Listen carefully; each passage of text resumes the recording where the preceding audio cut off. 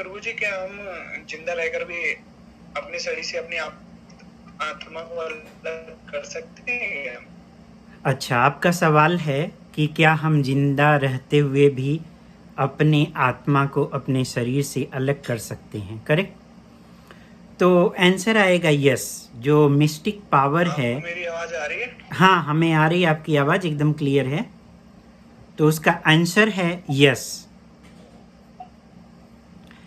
जब ये सिद्धि है, कोई विशेष सिद्धि प्राप्त जी कर लेता है जी तो बहुत ही आसानी से वो इवन आउटर स्पेस वगैरह में भी ट्रेवल कर सकता है। अनु, ये ऐसी बंद कर दोगे? जी तो इसलिए उसके लिए कोई जी आसान नहीं, लेकिन जो मेन है वो है भगवान की भक्ति। जी भगवान की भक्ति से बड़ा और कुछ है ही नहीं है। अगर हम आउटर स्पेस जी में ट्रेवल कर रहे हैं और शरीर से आत्मा को निकाल दे रहे हैं, फिर उसी शरीर में वापस आ जा रहे हैं, ये सब तो मतलब कि जी कुछ फायदा नहीं है ना, क्योंकि जन्म मृत्यु के चक्कर से तो हम निकल नहीं पा रहे हैं।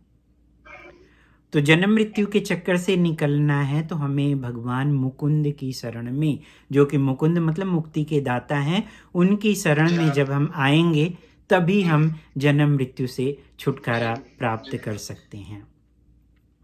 और जैसे कि आज हम सुबह भागवताम क्लास था, तो इस्कॉन कनेक्टिकट हमारे टेम्पल में, तो उसमें हम्म, वृत्रासुरा की वध की कथा आई हुई थी। तो उस वध कथा में वृत्रासुर के वध जो किया गया था वो दधीची मुनि के हड्डी से ही, जी जो वज्र बना हुआ था उसी से ही वृत्रासुर की वध की गई हुई थी। तो दधीची मुनि ने अपने जी जो पंच तत्व, ये स्थूल बॉडी है, इस शरीर से अपनी आत्मा को खींच लिया था, अपने इंद्रियों को अलग कर लिया हुआ था, और उसके बाद तब फिर जी उन्होंने भगवान के श्री चरणों में ध्यान लगाने के बाद जी तब उन्होंने अपने शरीर का त्याग किया हुआ था।